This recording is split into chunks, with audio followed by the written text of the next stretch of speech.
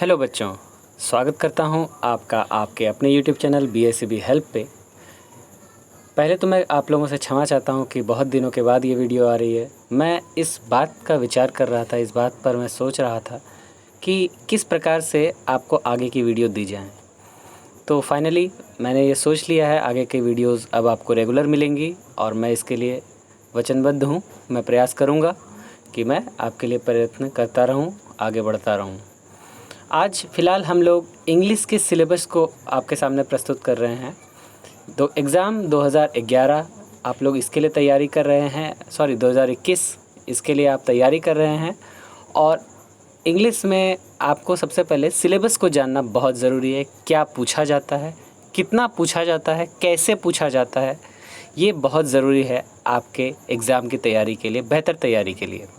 इसीलिए पहले आप सिलेबस को जान लें, परख लें अच्छे से और एग्ज़ाम के लिए बढ़िया तरीके से तैयार हों।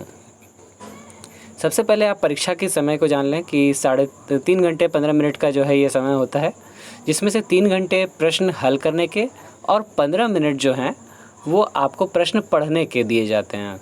ठीक है, प्रश्न आपको पहले दे दिया जाता है। परीक्षा में आप जाएंगे, परीक्षा भवन में बैठेंगे, प्रश्न आपको दे दिया जाएगा और आप उसे पढ़ सकते हैं। 15 मिनट आप पहले ध्यान से पढ़ लें प्रश्न को। वहाँ पर ये टीचर भी आपको समझाएंगे कि उतावला नहीं होना है, पहले प्रश्न को पढ़ लीजिए, देख लीजिए किस प्रश्न को आप बेहतर ढंग से जानते हैं। मैं भी यही सलाह दूंगा कि जिस प्रश्न को आप बेहतर ढंग से जानते हैं पहले आप उसे बनाएं।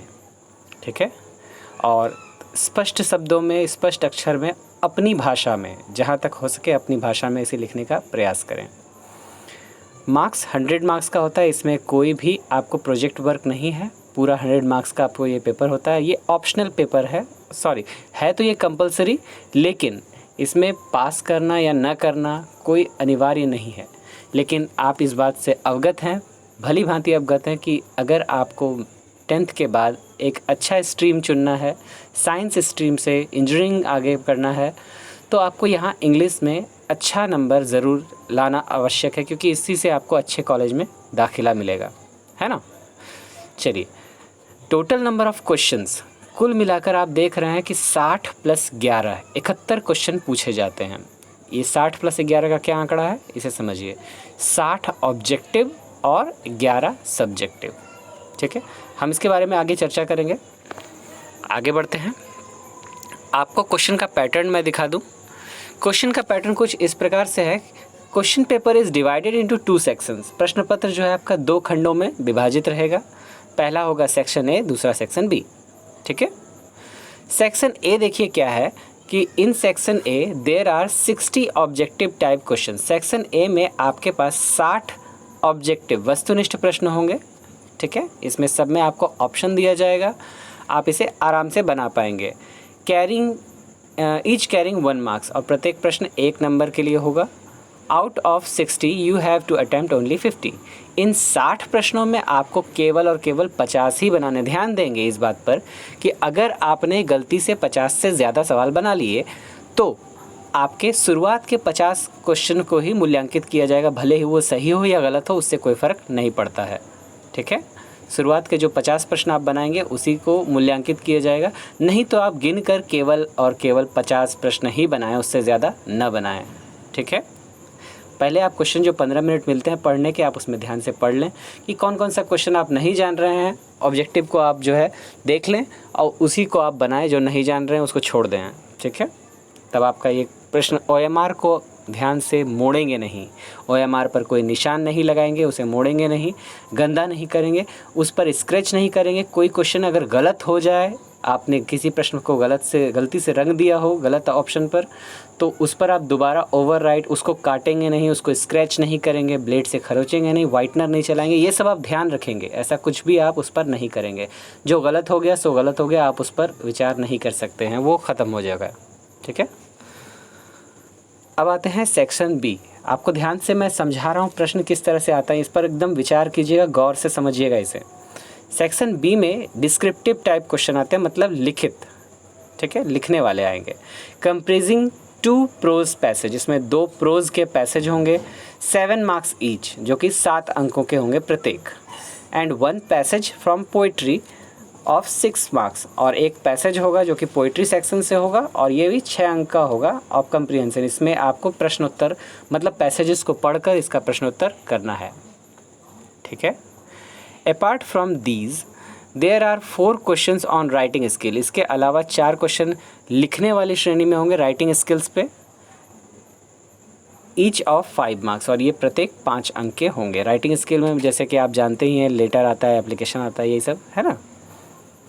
There are 10 short question answer of each out of which you have to answer on any 5। तो यहाँ पर जो है 10 शॉर्ट क्वेश्चन आंसर हैं, ठीक है।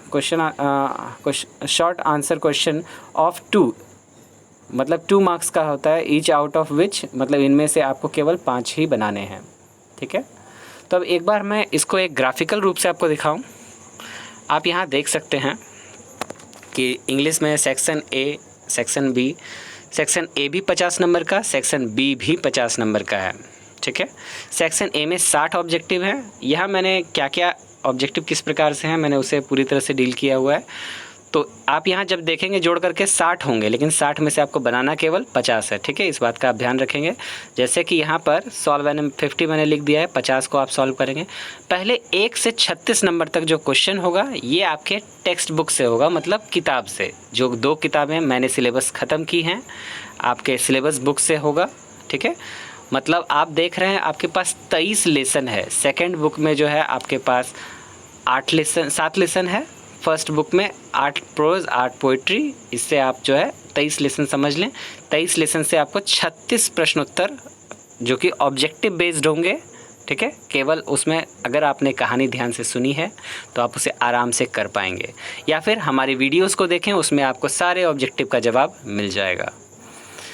फिर आपको क्वेश्चन 37 से 40 ये 4 क्वेश्चन है जो कि एक्टिव से पैसिव या पैसिव से एक्टिव ये करने के लिए आ सकता है। मतलब इसके लिए आपको एक्टिव पैसिव पढ़ना ज़रूरी होगा। तो आगे के वीडियोस में जब हम ग्रामर की स्टडी करेंगे तो एक्टिव पैसिव पर भी ध्यान देंगे। फिर क्वेश्चन 41 से 44 ये डायरेक्ट टू इनडायरेक्ट होगा। ये भी 4 प्रश्न हैं और ये 4 नंबर के होंगे, ठीक है। डायरेक्ट इनडायरेक्ट भी हम लोग इस चैनल पे पढ़ेंगे।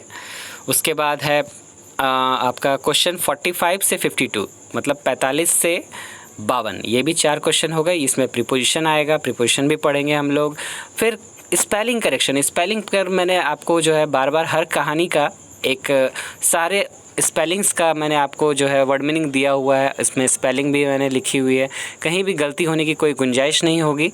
आप इस पर ध्यान देंगे, अपने वर्ड की स्पेलिंग्स पर ध्यान देंगे, वर्ड मीनिंग पर ध्यान देंगे और ये आपको मिल जाएगा। 4 स्पेलिंग करेक्शन आप यहाँ से सही कर सकते हैं।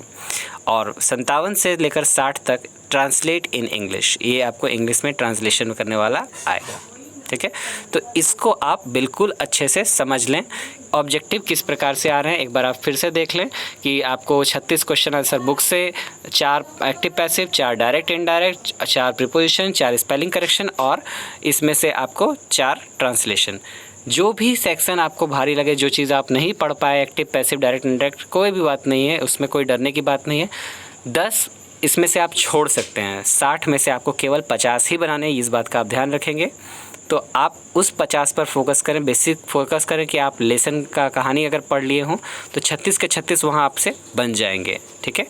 और बाकी इधर आपको जो है 14 क्वेश्चन आंसर ही बनाने हैं, ठीक है। 14 ऑब्जेक्टिव्स आपको इधर करने हैं।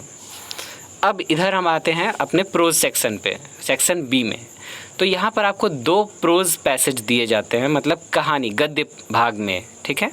ध्यान देंगे आपका ये भी जितना भी पैसेज दिया जाएगा ये अनसीन है। अनसीन मतलब कि इसे आपने जो है नहीं पढ़ा होगा, नहीं देखा होगा, मतलब कि ये आपके बुक से नहीं है। ये बिहार बोर्ड अपने मन से एक कहीं से निकाल कर एक कहानी के रूप में देती है और उससे प्रश्न पूछती है। प्रश्नों की संख्या 4 होती है और एक प्रश्न 1 नंबर का, 3 प्रश्न 2-2 नंबर के, तो इससे 7 नंबर का हो जाता है।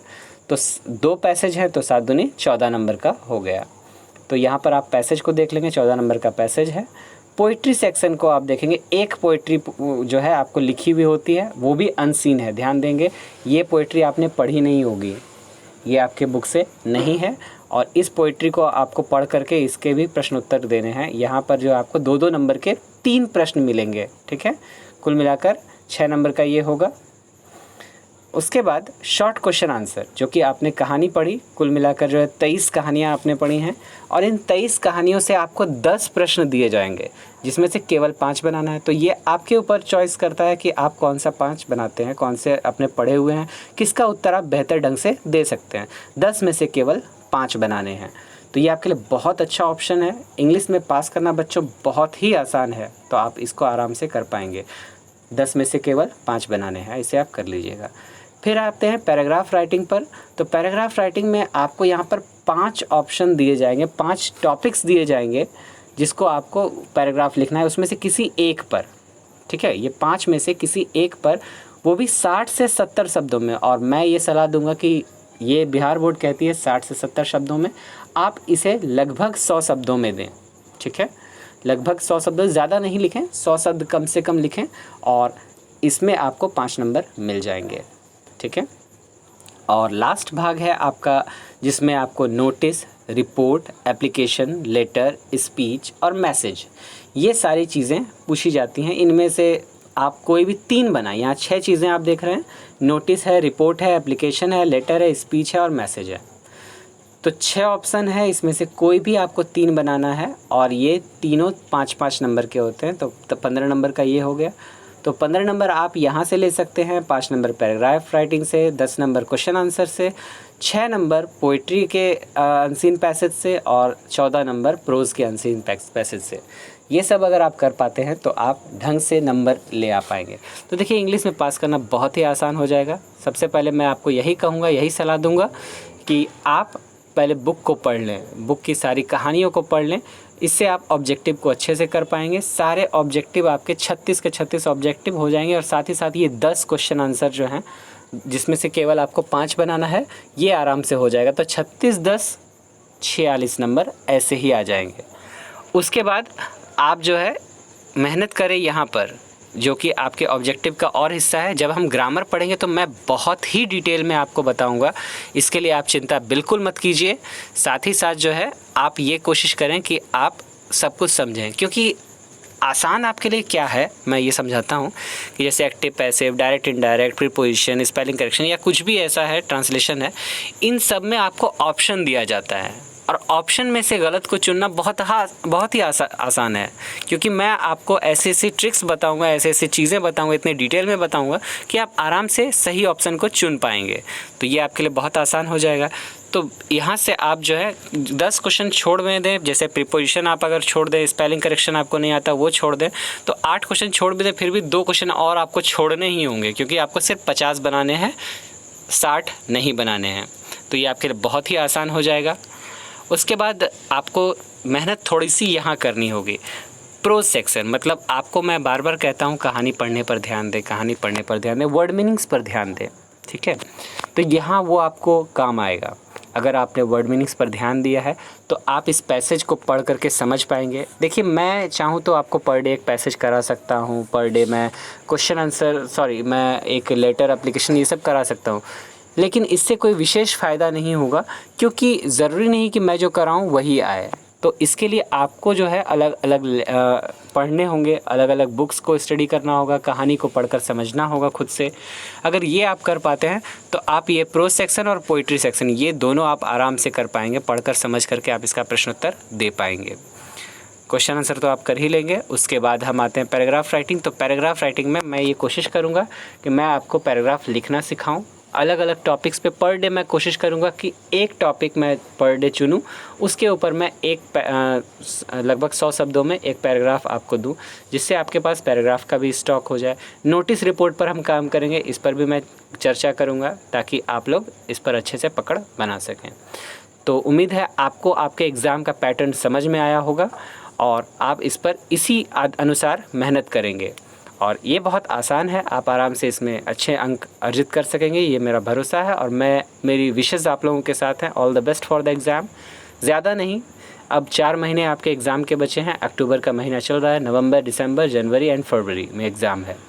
तो इस तरह से आप अपने एग्ज़ाम की अब नियोजित ढंग से तैयारी करें, जिस पे आप प्लानिंग करके करें, तो आप सारे विषयों को भी पढ़ पाएंगे और इंग्लिश को भी साथ साथ लेकर चल पाएंगे। तो उम्मीद है कि आपको ये पैटर्न समझ में आया होगा। इसी हिसाब से मेहनत करें, आगे बढ़ते रहें, सफल हों, ये मेरी कामना है आप लोगों से। और साथ ही साथ मैं अगर आपसे ये कहना चाहूँगा कि अगर अभी तक आप हमारे चैनल पर नए हैं तो चैनल को सब्सक्राइब अवश्य कीजिए, बेल आइकन दबा लीजिए ताकि नोटिफिकेशन आपको मिलती रहे। वीडियो को लाइक और शेयर करते रहिए अपने दोस्तों के साथ जितना अधिक से अधिक हो सके। और बिल्कुल अपना ध्यान रखें, कोरोना काल अभी तक ख़त्म नहीं हुआ है, आपको परीक्षा तक पूरी मेहनत करनी है और अपना ध्यान रखते हुए करनी है। तब तक के लिए आप अपना ख्याल रखें। धन्यवाद।